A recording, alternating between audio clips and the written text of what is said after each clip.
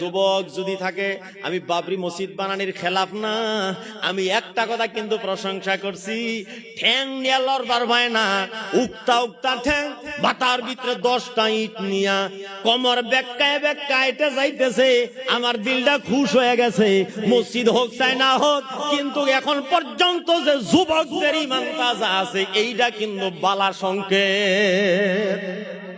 মহিলারা পর্যন্ত বাড়ি থেকে চাউল বের করে, আন্ডা বের করে, 2টা ইট দান করবার জন্য পাগলের মতন দৌড়াদৌড়ি করছে।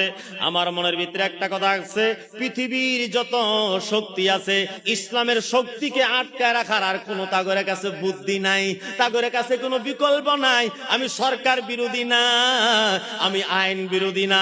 আইনে যদি বানাবার দিছে বানাক, মসজিদ দেখবার আমি যাবো না, আর মসজিদ দেখে অত খুশি হইব না যত খুশি আমি যুবকদের জজবা দেখে হয়েছে।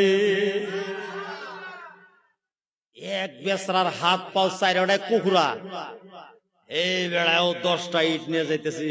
আল্লাহ, এটা তো নিজের কোন ঘর, আসাম টাইপ ঘর বা 2 মঞ্জিলা বাংলা বানাবার জন্য নিয়ে যাচ্ছে না, ইনারা গেতেছে আল্লাহর মসজিদ নির্মাণ করার জন্য। এর দ্বারা জানা গেল এখন পর্যন্ত মুসলমান যুবকদের জজবা জিন্দা আছে। সুবহানাল্লাহ। এরকম একটু জজবা মাঝে মাঝে আমাদের মসজিদ মাদ্রাসার উপরে উড়াবেন। লোকাল যে মসজিদ মাদ্রাসা গুলো আছে, সে মসজিদ মাদ্রাসার প্রতি আপনারা একটু মাঝে মাঝে জজবা উড়াবেন। 1 পাল্লা না 2 পাল্লা দিয়ে দেন, 100 টাকা না 200 টাকা দিয়ে সেখানে ইয়েতিম ছাত্ররা লেখাপড়া করে। নবী বলছেন, কোন ইয়েতিম ছাত্রের মাথায় যদি কেউ হাত দিল, সাহারা দিল, আমি নবী দুজাহান রহমাতুল লিল আলামিনের পৃথিবীতে ইয়েতিম হয়ে তাসি বানছি, আমি কাল কিয়ামতের দিন যে বেসরাই ইয়েতিমের সাহারা দিল, আমি আর সেই একসাথে জান্নাতে যাইব। মাদ্রাসাতে ইয়েতিম ছাত্র থাকে না?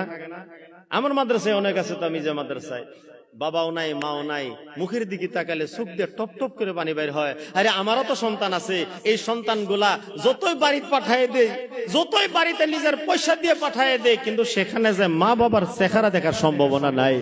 সেই জায়গায় যদি আপনারা দাঁড়াইয়া তাগরে মা বাবার মতন একটু মহাব্বতের ধারণা দিয়ে দেন, তাহলে আমার নবী কি মদিনা থেকে খুশ হবে না?